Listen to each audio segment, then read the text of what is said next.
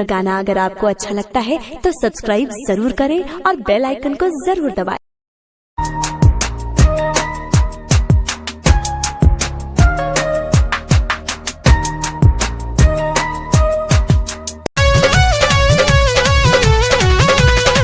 ससुरा के सुख छोड़ी नैहर बोलाई कैसे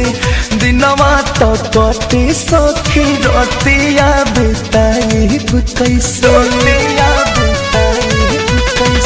ससुरा के सुख छोड़ी नैहर बोलाई कैसे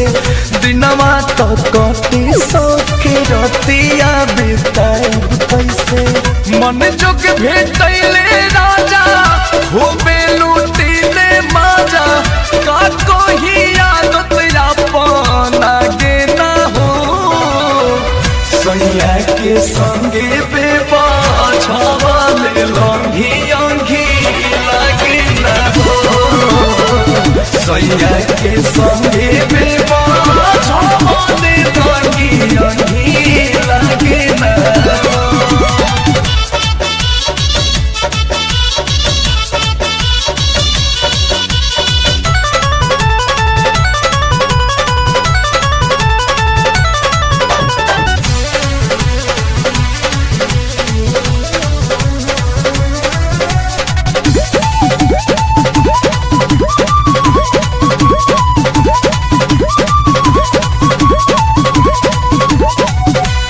दिनों में बोलमुआ जोरे हो लगिला देहर गारे एको मिनट सखी सैया के हो छोड़े के मन न करे छोड़े के मन न। दिनों में बोलमुआ जोरे हो लगिला देहर गारे एको मिनट सखी सैया के हो छोड़े के मन न करे सखी नहीं खूनो जाना लागल अब उनकर यादा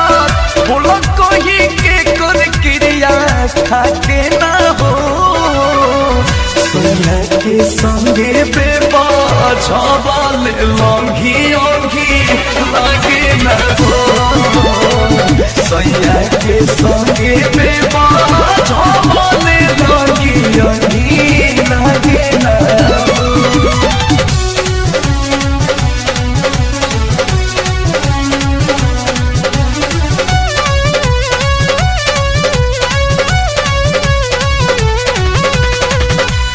खुल के से जिया पाके बतिया हो कैसे कहीं ज्यादा हमारा दागरदा से याद ही ऐसन हो तोहरो मिलो दादा तोहरो मिलो खुल के से जिया पाके बतिया हो कैसे कहीं ज्यादा हमारा दागरदा से याद ही ऐसन हो तोहरो मिलो दादा अंकुश के छोड़ा बनाई प्यारे हमारा रोज चाहिए हुई बेचैनी नहीं हाथ आके ना हो सैया के संगे बेबा छावाले लंघी अंघी लागे ना हो सैया के संगे बेबा छावाले लंघी अंघी लागे ना। ससुरा के सुख छोड़ी नैहर बोलाई कैसे दिनवा तो कटे सखी रतिया बिताई कैसे मन जोग भेटैले राजा खूबे लूटी ले माजा का कोई आदत अपन आगे ना हो सैया के संगे